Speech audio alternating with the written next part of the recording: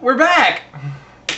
Thank you, thank you. And I feel like it's been so long. Yeah, it's been a while. It's been because 2 weeks. Yeah, because we had some guest reviewers filled in. We just made some calls. I don't even know who they were. So yeah, we heard it went pretty good. We weren't here. I don't know. We haven't watched the tape.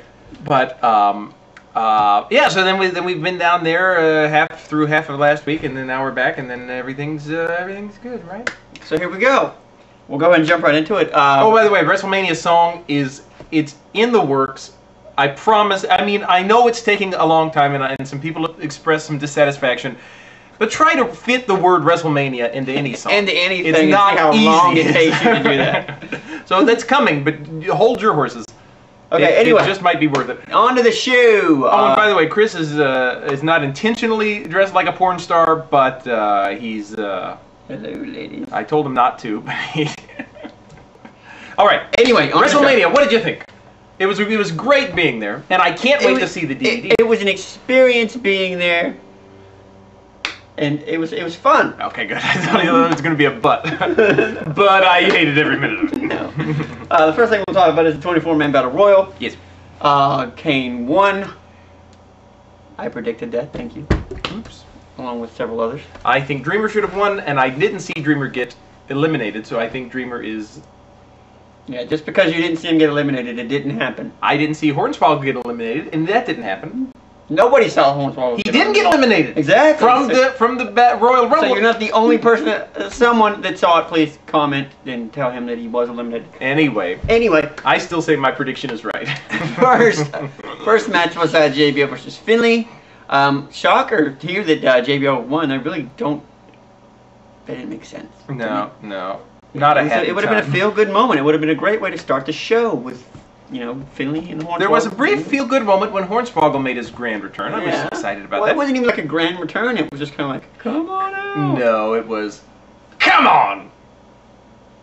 Okay. That's your Finley impression. That's my, yeah. All right, that's more good. or less. So anyway, the next match of the night was the Money in the Bank match. I enjoyed it. I'll admit I enjoyed it. Again, my boy wasn't in it, but what are you gonna do? I mean, the other guy that I wanted to win was the guy that won. I started screaming like an idiot, and I was happy. And a good showing by that old Jim Morrison fella. Oh, no, that's not even funny. Don't appreciate that. He didn't. He did really a good job. He did a very good job. And so hopefully he was trying to make up for them getting his name wrong. No. They'll remember me now. John Morrison. And so it was nice to see. But we didn't get a cash in, unfortunately. But nevertheless. But it was good to see Punk win. Okay, go ahead. Go ahead. Okay, you go ahead. Go ahead. Batista next. And I was gonna say this because the Batista match made me think to myself. I mean, it wasn't a bad match, but it wasn't electric like the Money in the Bank was. It was so exciting to me. It was a one-sided match the whole way because Umaga was just basically beating the crap out of Batista the whole match, and Batista ended up getting the win at the last minute. So it was kind of a lull for me. It was. But and then nevertheless. Yeah, we're told that like next there was an ECW match. I don't know. I was in the bathroom. Yeah, evidently if you went to the bathroom after the Batista Umaga match, you missed the ECW match. We saw it, and I liked it. I liked the gimmick of Kane just walking out and winning. That way we didn't have to, I don't want to say waste the show with an ECW match, but oh no. We didn't have to see Chavo for that long, which was nice. And then the next match was Flair versus Michaels. I should have known, first of all, when Kane didn't get to do his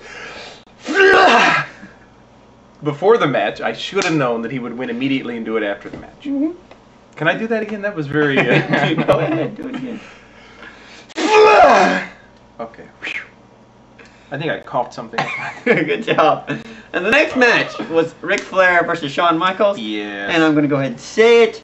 I'm sure a lot of people are going to boo me for saying it. I'm going to get a lot of nasty comments, but I was rooting for Michaels the whole match.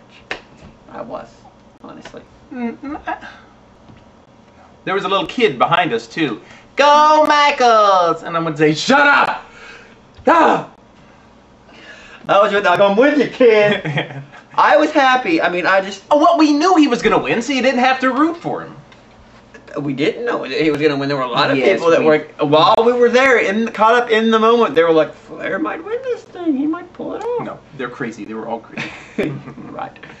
But with Shawn Michaels winning, really, it was beautiful at the end of the match. It was. Flair just there crying. He started crying. I got a little teary-eyed. It was emotional. It really the moment when Michaels is there in the corner of the ring and Rick gets up and just looks like crap. Excuse me. He looked. But he was fighting. He had everything taken out of him, and he was standing up one last time. He told him he was sorry. He told him he loved him, and it was nice. And then he just kicked the crap out of him. And I made sure I stood and clapped until everybody did. It was a long ovation. I assume everybody saw it. Yeah. So I wanted to show my proper respect. Next was Bunny Mania. And for those of you that didn't watch the show on pay-per-view, about halfway through it, the lights went out. We don't know. Tonight the lights went out in WrestleMania. See, you can't do it. You can't fit WrestleMania.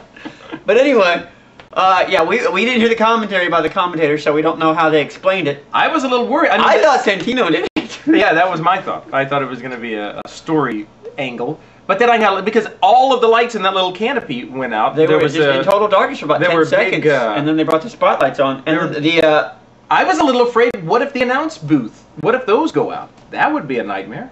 But the full set... Just thinking out loud here. The full set didn't come back on until about halfway through the triple threat match. Right. Because they started the triple threat match in spotlights. And we'll just go ahead and, use that as a segue. Into the three-man match. Yeah. Shocking. Truly shocking. Right, but first of all, the entrance of Cena was just... It was jarring because the lights had just gone out, and then all of a sudden there's a marching band. There's a marching band on this stage. And I'm thinking, wait a minute, whoa, what happened? Yeah, we felt kind of bad for Orton because Cena gets this nice big flashy band. Triple H gets all the fireworks around the whole thing, and then Orton just kind of comes out. And he's like, "Hey guys, remember me? I got the belt." And he won. And I'll tell you something. There, while watching this match live, it seemed to me like it was really short. I don't know exactly how long it was, but while we were watching it, it seemed like it just kind of ended out of nowhere. No. To me, it did. It just seemed like it was a short match. No, I mean, it was the lights coming back on slowly during the match was a little distracting, but it was just done masterfully because Orton kept getting his submission moves and was just pushed aside the whole match. And then at the end, Cena and Triple H hammering each other, and we're thinking, okay, which one's it going to be? Which one? And then out of nowhere. Very nice move. Yes. What are you doing here? Hey. It's my special doll. It's not a doll, it's an action figure. Anyway, Orton won. The next match, Big Show, Mayweather. I was so unbelievably pissed off. I mean, I can't even explain. The thing that bothered me worse than Mayweather winning was the people around me again going, "Come on, Floyd! Come on, Floyd!" Let's go, Mayweather! I'm like, shut up! Who can cheer for that guy? How could anybody find it in their heart to root for this fella? Some people were. There were very few people there that were cheering for him. But some people were, and he won. So unbelievably pissed off. I can't even explain how mad I was. Last match. But with all that happening, with Orton winning, I knew The Undertaker was going to win. And I'll admit, through the first half of this match, everybody in the crowd was just like, this is not very good. I know.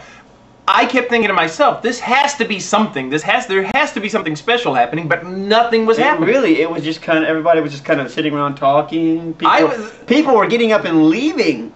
Yeah, and it just weird. For the first half of the match, it was just really just not exciting. But and then out of nowhere, it picked up. And when it picked up big time.